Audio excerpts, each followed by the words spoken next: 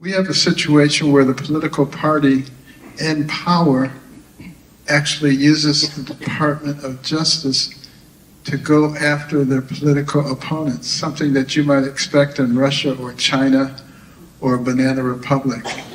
Who would have ever thought that you would see it blatantly manifested in our country? Never let anybody disparage your youth.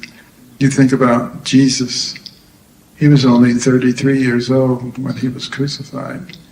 And Alexander Hamilton was making major decisions alongside George Washington at age 19. So, we need to get young people really energized, not so much concerned about what's happening with Taylor Swift. All right, my wife and I are absolutely delighted to be here. We like coming to Texas because there's a lot of people here with common sense.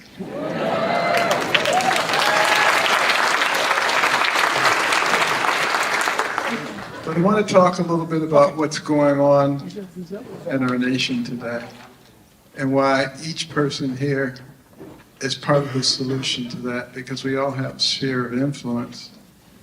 There's an election coming up in 3 weeks, and people think it's about Democrats and Republicans. But it's not about Democrats and Republicans. It's about people who understand and love the guiding principles that established this country and want a country that is of, by, and for the people, and people who want to fundamentally change this nation to somebody else, and they think that it should be of, for, and by the government. Now, interestingly enough, this has been something that's been raging for a long period of time. There have always been people who disagreed with the way that this country was formed. And they said, you can't have a country that's run on the will of the people. You have to have a monarch. You have to have a ruler. People are incapable of ruling themselves. And they fussed and fought over it. Our founders were very intellectual people.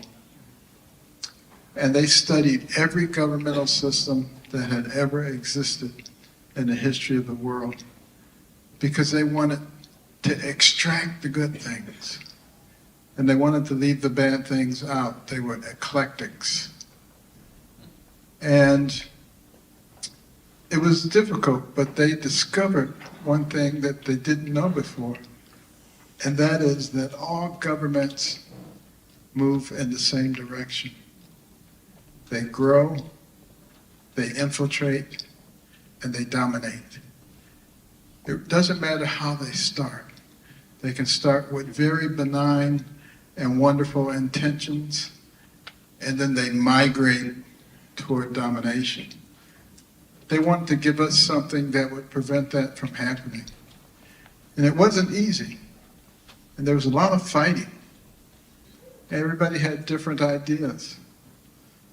And in the last Constitutional Convention in Philadelphia in 1787, the whole thing almost fell apart because there was such vehement disagreement. And then the elder statesman, 81-year-old Benjamin Franklin, stood up in front of the assembly and he said, "Gentlemen, stop." He said, "Let's get down on our knees and let's seek wisdom from our Creator." And they knelt down and prayed, and they got up and they put together the Constitution of the United States, which I believe was a God-inspired document, if we would only follow it. That is the case.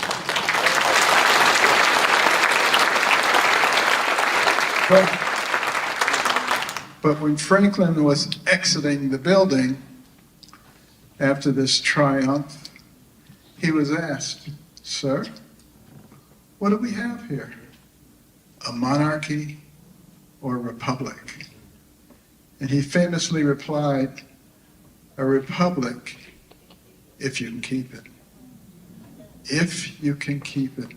We've kept it for 248 years.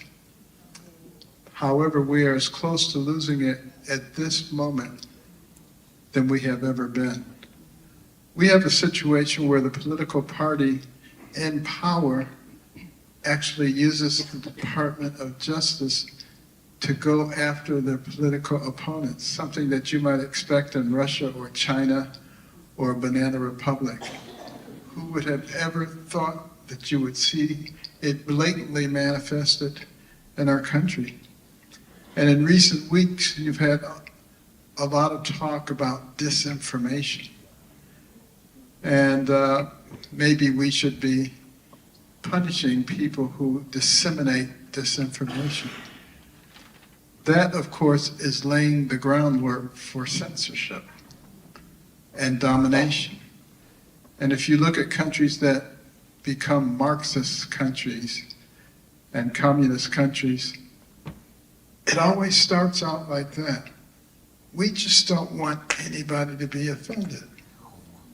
But then it migrates and changes, and they say that they're offended if you disagree with them.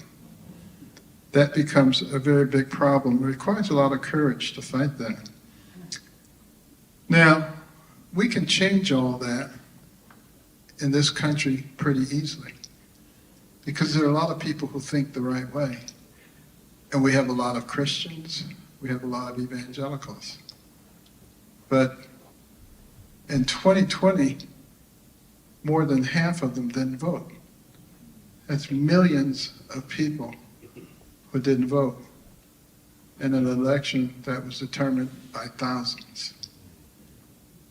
And we have a lot of evangelicals and Christians who say, but both sides are corrupt, which of course is true.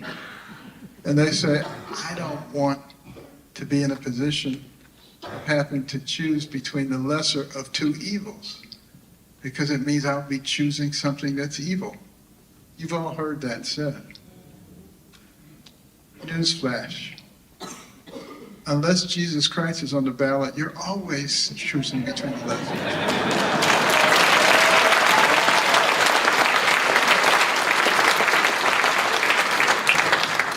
And that, of course, is the reason that we have a brain. We're made in the image of God, so that we can analyze these things and figure out, is there a system that is best for me, for my children, for my grandchildren, for the people who are coming after me?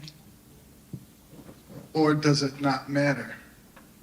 And the fact of the matter is, I think if you do that analysis, you'll see that it matters tremendously. You take something like the Declaration of Independence. What does it say? It says we have certain unalienable rights given to us by our Creator, aka God. Among those being life, liberty, and the pursuit of happiness. Now you can do just a little analysis here, and you say, which side is for life? And which side is for death? You can do another analysis, and you can say, which side is for liberty, for you leading the life that you want to lead? And which side is for mandates? You must do this, and you must do that. Which side is for you spreading your wings and flying as far as you can go based on how hard you work and the talent you have? And which side says you're a victim and somebody else is in charge of what happens to your life? Again, these are not difficult things to figure out. But interestingly enough, there are those who have for a long time been trying to fundamentally change this nation.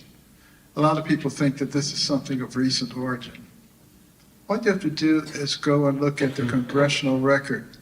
January the 10th, 1963, over 60 years ago, Congressman Herlong of Florida read into the congressional record the 45 goals of communism in America and how they plan to fundamentally change us. It came from a book by W. Leon Skousen called The Naked communist. He was an FBI agent who did extensive studies of our country. And among those 45 goals are things like gaining control of the school system and the teacher unions so you could indoctrinate the children. Gaining control of Hollywood and the news media so you could manipulate the culture. Making sexual perversion normal, natural, and healthy. Removing God from the public sector. Getting into the churches and changing the real gospel for the social gospel. Driving a wedge between parents and children. The list goes on, and as you read through it, you'll say, these are all the things that are happening in our society. And you can see that our society for a while, instead of moving upward, has been moving downward. That's one of the reasons that at American Cornerstone we established the executive branch for America. Because we want to encourage young people, like the ones in this audience, to become very familiar with how the government works. Do you realize in the executive branch of government there are 4 million employees? When a new president comes into office, he can change 3,000 of them. 3,000 out of 4 million. And the large majority of them, because all the agencies are located in the Washington, D.C. area, have Washington, D.C. type politics. And they can move things along or they can slow things up based on their politics. And a lot of times when an administration comes in that they don't like, they just slow walk everything. We need more people to help balance that off. People who think the right way so that the boat doesn't tip over.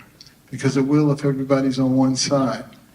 And that becomes important. And that executive branch of America is an internet program that tells you all the ins and outs of all the federal agencies, how they work together, how a bill is created, how it is moved through, how it is passed, how a budget is formed, all the things that go into that, all the interactions, so that if you decide that you want to go into the public sphere as a public servant, you can hit the ground running. Most people, it takes a year. They're like deer caught in the headlights when they get into a place like Washington. This makes it easy for that not to happen. And guess what? It's free of charge. Doesn't cost you a thing. You can get certified. And more importantly, you'll be far ahead. And there are people who've been in all the offices who talk to you and tell you what their experiences are. AmericanCornerstone.org will give you access to that. So valuable and so very important. Also, we want people to know that there are forces like globalism and one world government that find the United States is a problem because we stand in the way. Our principles do not allow us into that sphere. So they cannot overcome us militarily. So they try to overcome us from within. How do you do that? Destroy the foundational building blocks of a nation. Our families. Our communities. That's why our faith and our families are under such attack. That is the way to destroy us and to divide us.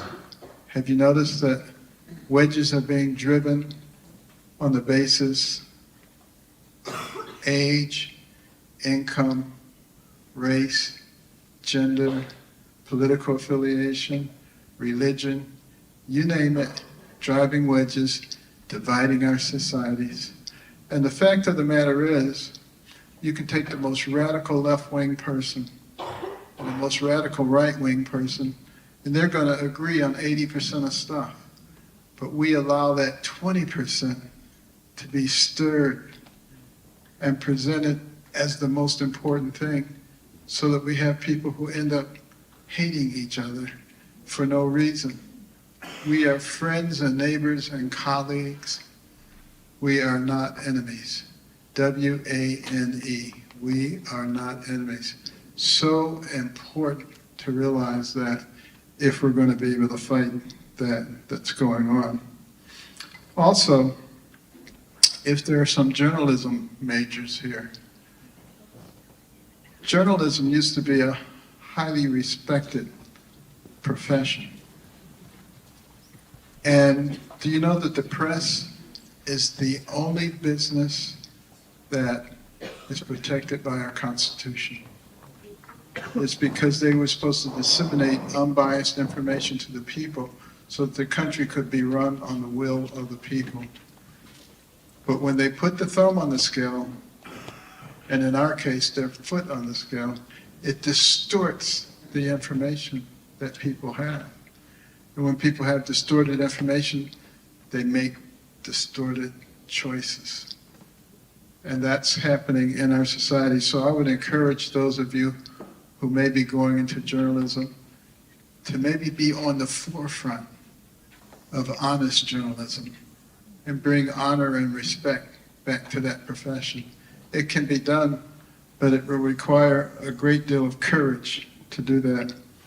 And courage is sometimes not as abundant as we'd like it to be. When I was running for president, traveling all over this country to the smallest hamlets in North Dakota and Alabama to the largest cities, one of the things I discovered is that the people in general have common sense. What they don't have is courage. Most people would rather stand in the corner and stare at their feet than to speak up for what they believe in and possibly get canceled or have somebody call them a nasty name. That doesn't work. You really cannot be the land of the free if you're not the home of the brave. You have to be willing to stand up.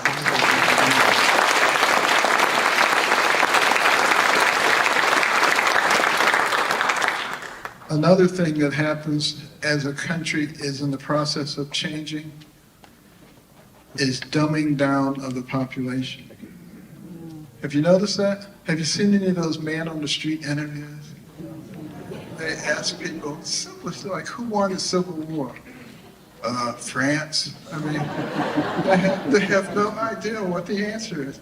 I mean, it must hurt to be that stupid. But the problem, of course, is when you don't know anything, you become very easy to manipulate. And people can say things to you like, oh, the southern border is completely under control. And you got billions of people coming across and terrorists and all kind of people. But if you're not an analytical person, you might just say, well, they said it was okay, so I guess it must be okay. We can't have that. You know, being dumb really affects the quality of your life. I can tell you from experience. You know, when I was a kid in the 5th grade, I was the dumbest kid in the class. And all the kids called me names, and everybody thought I was dumb. The teachers thought I was dumb. The only person who didn't think I was dumb was my mother. And she had tremendous faith in God, and she asked for wisdom. What could she do to get her young sons to understand the importance of education? And God gave her the wisdom. At least in her opinion. My brother and I didn't think it was wise at all. Because it was to turn off the TV and make us read books and submit to her written book reports, which she couldn't read. But we didn't know that. And I hated reading those books at first. But after a while, I actually began to enjoy reading the books as I read about explorers and entrepreneurs and scientists and surgeons. And I began to realize that the person who has the most to do with what happens to you in life is you. It's not somebody else.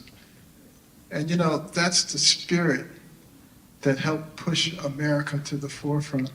The can-do attitude as opposed to the what can you do for me attitude. What a difference that makes. But within the space of a year and a half, I went from the bottom of the class to the top of the class, much to the consternation of all the kids who were laughing at me and calling me dummy. Now they were coming to me saying, Benny, how do you work this problem? And I would say, sit at my feet, youngster, while I instruct you. I was perhaps a little obnoxious, but I had a clear vision at that point of where I was going, of where my life was leading, and what a difference that makes. And you know, think about this country that we live in. In 1831, Alexis de Tocqueville came here. He came ostensibly to study our penal system, but he wanted to look at the whole country because the Europeans were fascinated. They couldn't comprehend how a fledgling new nation, barely 50 years old, was already competing with them on virtually every level. How was that possible? And he looked at our governmental structure and was duly impressed with our separation of powers. And then he looked at our business, and he was duly impressed by the environment that encouraged entrepreneurship and innovation. And he looked at our educational system, and he was blown away by the fact that he could go into forests and find a mountain man, and the guy could read. The guy could tell him about the Declaration of Independence. You didn't find that in other countries. And if you really want to be impressed, take a look at a 6th grade exit exam from 150 to 200 years ago. What you had to do to get a 6th grade certificate. Most people would be quite embarrassed today because they would not be able to pass that test, because we have allowed this to happen. And obviously, it's something that needs to be corrected. But the thing that impressed them more than any of those things were the churches and the fiery sermons that emanated from those pulpits, which inspired a ragtag bunch of militiamen to defeat the most powerful military force on earth and gave the people a sense of morality. And it made such a difference. And those are the things that allowed this country to accelerate from nowhere to the pinnacle of the world in record time, something that we must always keep in mind. And finally, we must remember that you cannot be the land of the free if you're not the home of the brave. Thank you. Amen.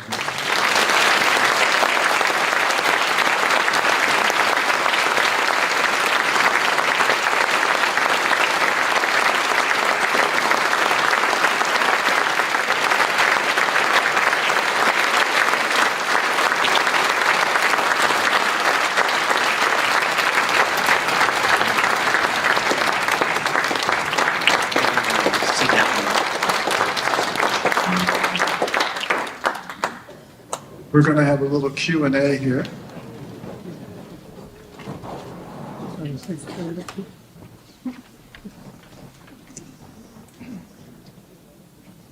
These questions came straight from the top, so I hope you can handle them.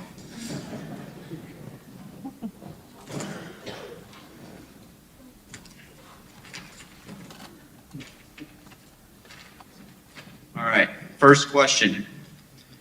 Could you give us a little glimpse into what it's like to be a member of the President's cabinet and what you expected?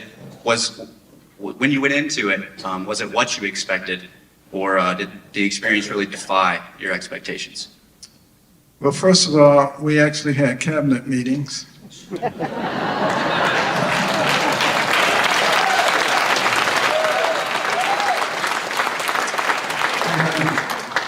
No, different cabinet members would present at each cabinet meeting what they were doing. There was a lot of collaboration between the different agencies. And that gave us a tremendous amount of synergy, made a big difference. It was particularly easy for me because philosophically, President Trump and I are peas in a pod. We have very different personalities, though. I didn't notice. But we started every cabinet meeting with prayer and devotion.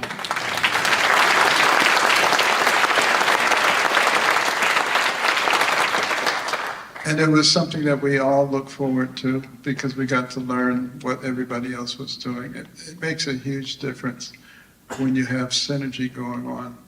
And for things like homelessness, being able to get a lot of the other agencies involved and taking advantage of some of the rules that they had made it much faster for us to get things done. We take, for instance, the FYI program, Foster Youth to Independence. Some students from Ohio came to us, and they were telling us how they had aged out of foster care at age 18. And 20,000 young people age out of foster care each year in this country. A quarter of them end up homeless. A larger number than that end up being trafficked or having horrible situations thrust upon them. And we were so touched by all of that, that within 4 months, we had created the Foster Youth to Independence program that provided not only an apartment for them, but wraparound services. Because you can imagine, even if you're 18 and you have an apartment, but you don't have support, that's going to be a very difficult situation. So, but that's what happens when we combine forces with HHS and some of the other agencies. And the other thing that made it easy for us to get things done is fiscal responsibility. When I came to HUD, they had not had an audit in 8 years. You require for every federal agency to have an audit every year, but you couldn't do an audit because there were so many material defects. And so the first thing to do was really to find an amazing person, Herb Dennis, who was a senior partner at Ernst & Young. And my chief of staff, Andrew Hughes, who's a Texan, who's actually here tonight, called him every day for about 3 months until he finally gave up. And he came in, but they were able to actually fix things to the point where you never heard those stories. You know, you used to hear the stories about fiscal mismanagement at HUD and millions of dollars and nobody knew where they were.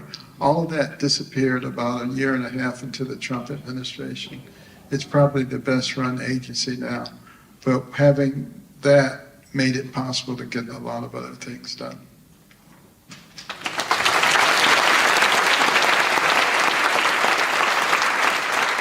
Efficiency comes to mind. Efficiency.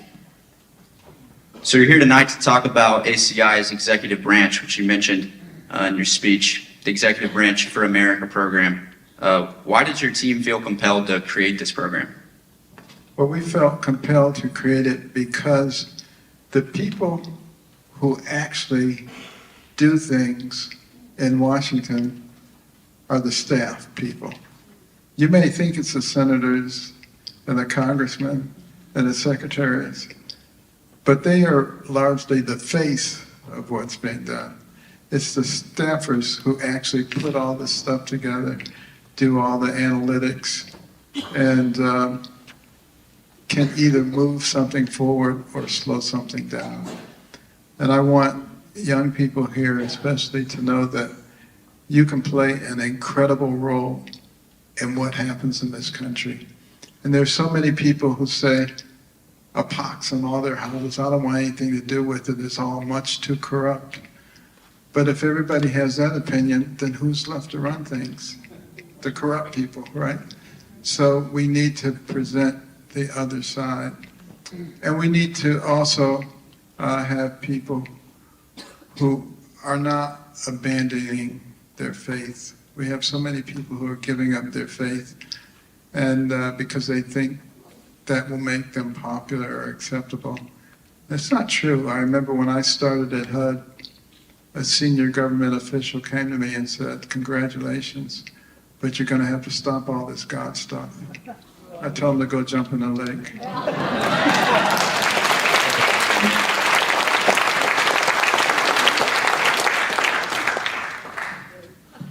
Congressional relations and public affairs is an area young kids could work at immediately in a new administration. Why are those departments specifically so important?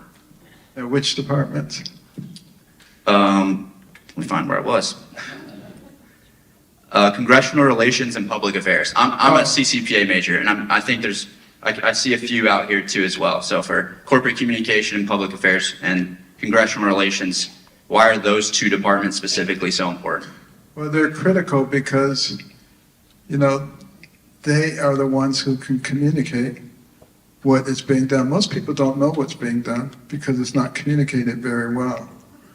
And if you can get somebody who really has their ear to the ground and understands what the people are feeling and can communicate that back to the lawmakers, they can help craft something that is appropriate to solve the problems.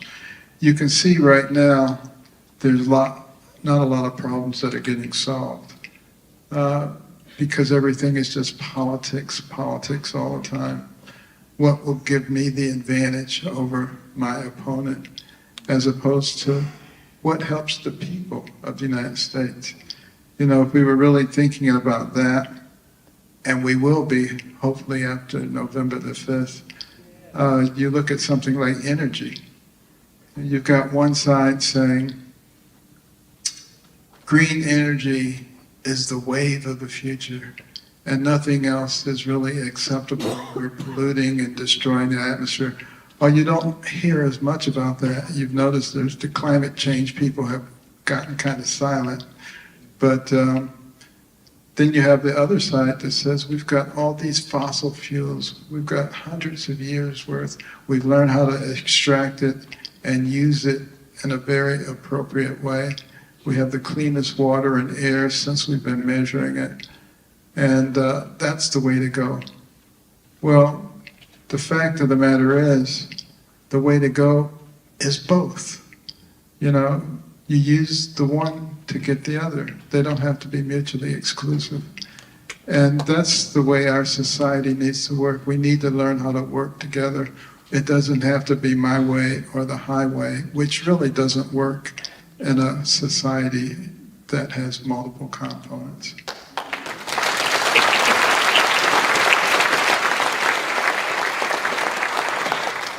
The all or nothing mentality. I actually learned more about that after I got married. Learned how that didn't work. Speaking of marriage, have you noticed that we don't have as many people getting married anymore? A lot of cohabitation, and we're not producing children anymore. We're down to 1.6 births per woman. It requires 2.1 just to maintain the population. But those who've been married for a long time should become missionaries to tell young people that it's okay to get married. And, is there friction sometimes? Of course there is. You take two people from different environments, you put them under the same roof, it's going to be friction. It's sort of like taking two pieces of sandpaper and rubbing them together, a lot of friction in the beginning. But if you keep rubbing them together, what happens? I think it gets smoother, hopefully. Smooth. Mine are still rubbing, so. But we need to recognize that God's plan was for marriage with one man and one woman.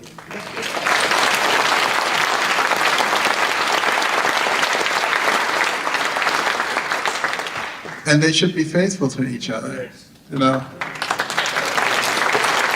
minutes ago, I was in the operating room one day and the telephone rang and the nurse held the phone up to my ear, and it was the university lawyers.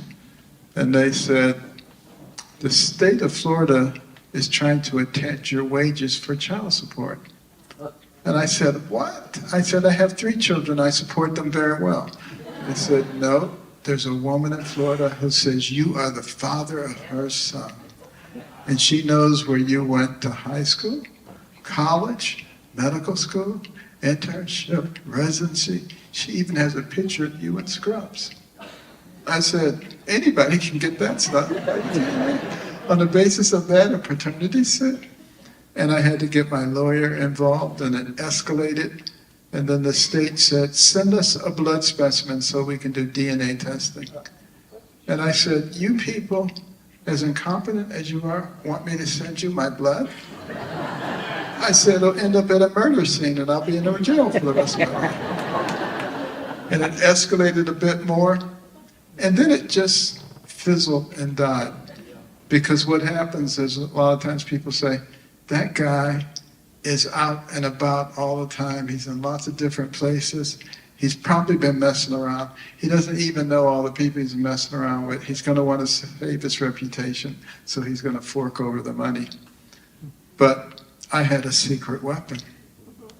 I knew that the only woman I'd ever slept with in my whole life was my wife, so I didn't have to ask her.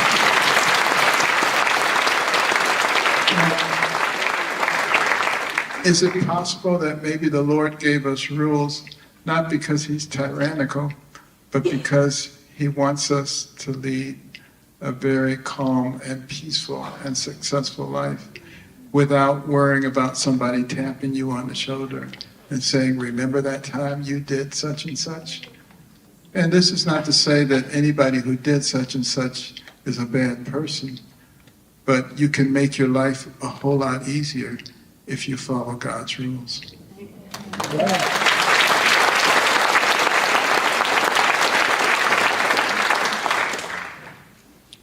So there's this common misconception about Washington that's full of old, stuffy people that sit around and make laws. I've never been to the Hill personally, but I've had a lot of friends do internships up there. They tell me there's plenty of young people roaming those halls. What role do you think young conservatives can fill in Washington, D.C.? Well, first of all, there's a lot of old people there. I mean, really old people. And they just stay around forever. And it would be nice for them to go away sometimes.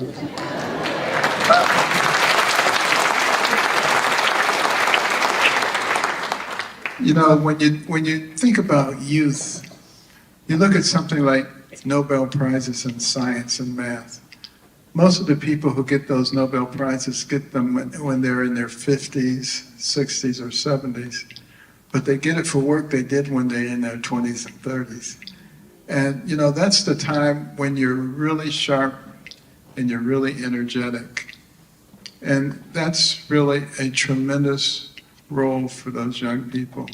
They can help those older, less energetic people and make really tremendous contributions. And that's what I was talking about when I was talking about EBA and the staffers and the young people who actually get the work done.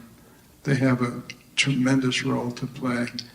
And never let anybody disparage your youth. You think about Jesus. He was only 33 years old when he was crucified, and he changed the world. So don't ever let anybody disparage your youth. Amen.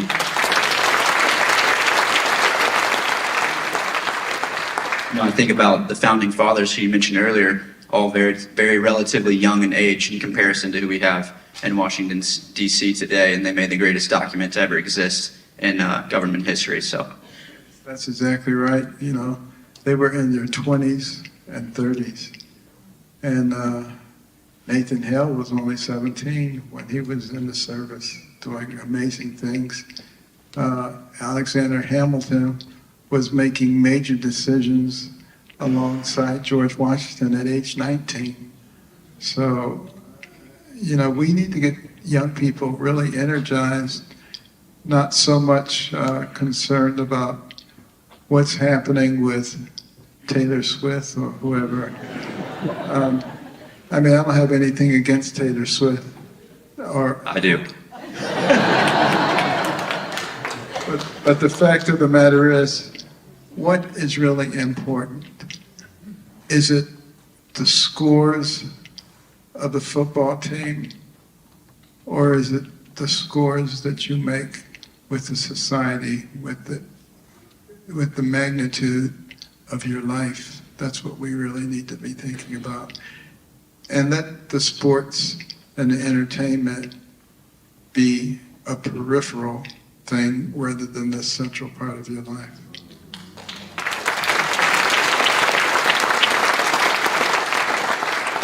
We've got two more here. So there's a lot of civic-minded, motivated, and brilliant young conservative minds in the room tonight. What advice do you have for them in getting involved in America's great experiment? Well, if you don't do it, no one else will.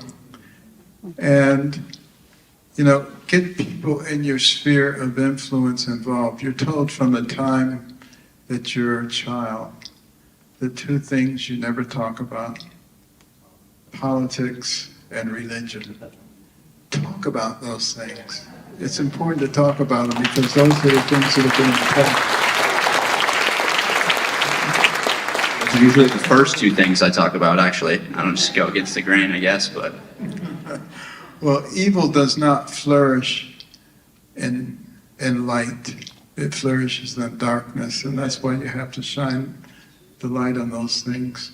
And it will make a huge, huge difference. And also, be bold. Donald Trump, for instance, is a bold person. Now, some people don't like him. I will admit that. And a lot of people say, I love his policies, they're very good, but I can't stand him, and I could never vote for him.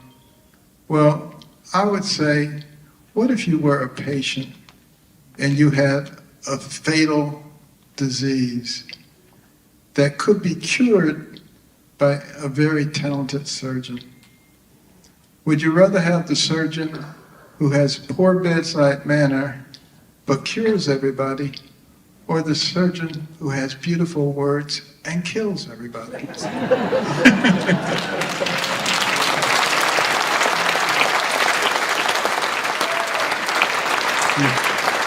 And again, that's why we have these really sophisticated brains. The human brain has billions and billions of neurons, hundreds of billions of interconnections, remembers everything you've ever seen, everything you've ever heard, can process more than 2 million bits of information per second. You can't overload it. Some people say, don't learn all that stuff, you'll overload your brain. What a bunch of crap. You can't overload the human brain. If you learn one new fact every second, it would take you more than 3 million years to challenge the capacity of your brain. So no worries there whatsoever. But while I'm talking about the brain, there's one thing that I want to mention here. And that is, when I was a first-year medical student, I said, I've made it. I wanted to be a doctor all my life, and now I'm finally over the last hurdle. I'm in medical school. But I did terribly on the first set of comprehensive exams. So poorly, in fact, that I was sent to see my counselor, who looked at my record and said, you seem like a very intelligent young man. I bet there are a lot of things you could do outside of medicine. And he tried to convince me to drop out of medical school, says I wasn't cut out to be a doctor. I was devastated. The person who's supposed to be helping me get through tells me to drop out. I went back to my apartment and I just prayed and I said, Lord, help me, because I don't know what to do. And then I started thinking, what kind of courses have you always done very well in? And I realized I did very well in courses where I did a lot of reading. And I said, what kind of courses have you struggled in? And I realized I struggled in courses where I listen to a lot of boring lectures. Because I don't get anything out of boring lectures. Zero. Nothing. And there I was sitting in 6 hours worth of boring lectures every day. So I made an executive decision to skip the boring lectures and to spend that time reading. And the rest of medical school was a snap after that. And years later, when I was back at my medical school as the commencement speaker,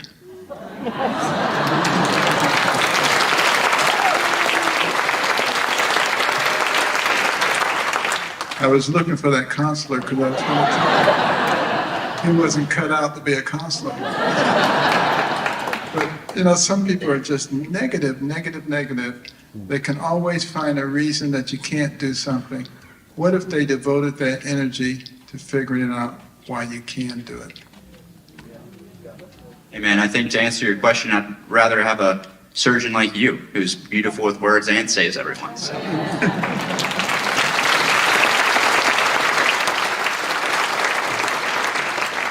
Last question here. I think one thing most Americans can agree on is that we all think Washington, D.C. is broken. Why do you think Washington, D.C., if it is so dysfunctional, and what do you think we can do to fix it? I think the answer to that is very straightforward. There are a lot of people in Washington who are there for themselves and not for the people. And there are a lot of people there who have very big egos. And when you're looking only for number one, as opposed to doing your job, you're going to introduce a lot of dysfunctionality into the system. That's what we're seeing. And what they need is they need to win the war of 1812. Proverbs 18:12.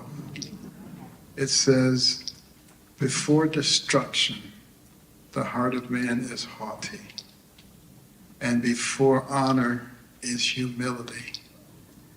And just bring a little humility so that you can look at others rather than yourself.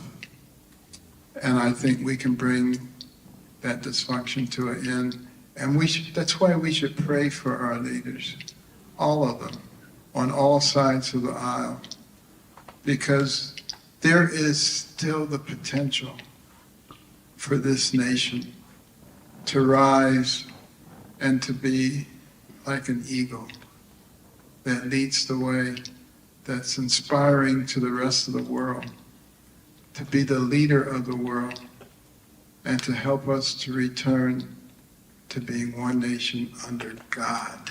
Indivisible.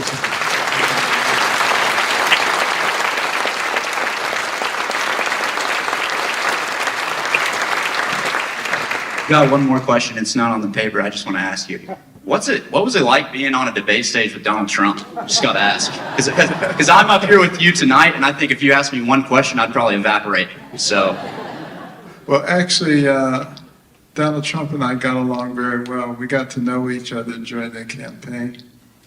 And that's why I dropped out when I did, because I didn't really want to be president, but I ran for president because I was afraid we were going to lose our country.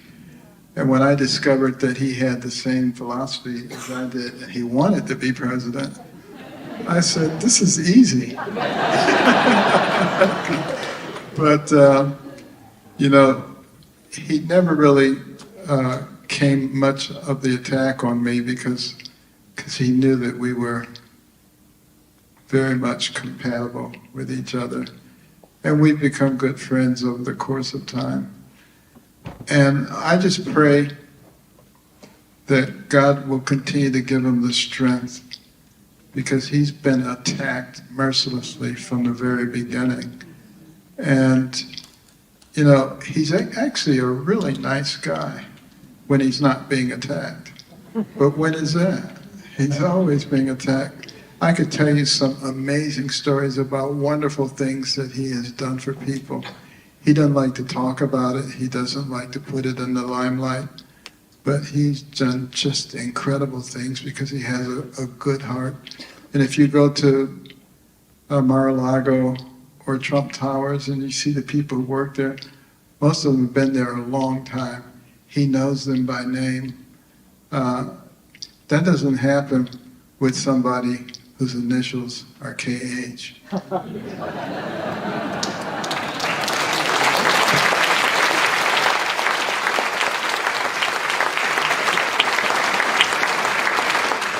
Well, Dr. Carson, I think that's all that we have for you tonight, so we really appreciate you being here, and thank you so much. God bless. Thank you. Thanks for having me.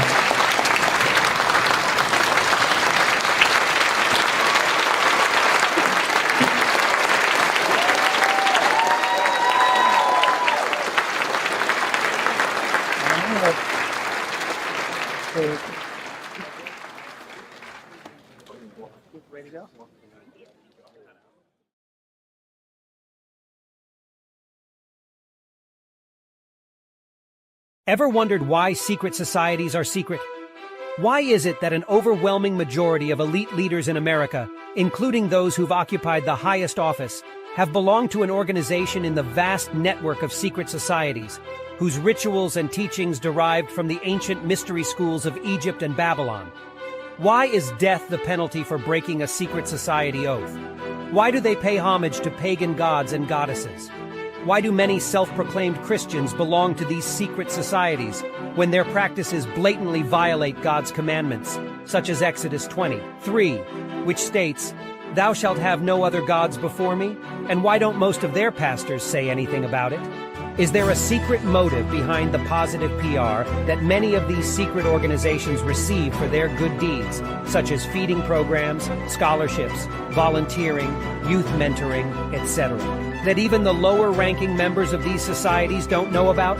Could today's network of these secret societies be the architects and workers of the Antichrist New World Order, aka Illuminati, as prophesied in the Holy Bible? These questions and more will be answered by author and evangelist Rayford L. Johnson, who has spent more than 20 years researching, writing, and teaching on the occult. Johnson has counseled and ministered demon deliverance prayers on many former members of the occult. Many of them have testified that they have been set free by the power of Jesus Christ from the spiritual torment and generational curses that the pagan rituals and oaths have unknowingly brought upon them and even their family through the spiritual legalities of breaking God's commandments. As God's word tells us, it's the truth that makes you free. Get your copy of the Greek letter Exposed today on Amazon in paperback and Kindle.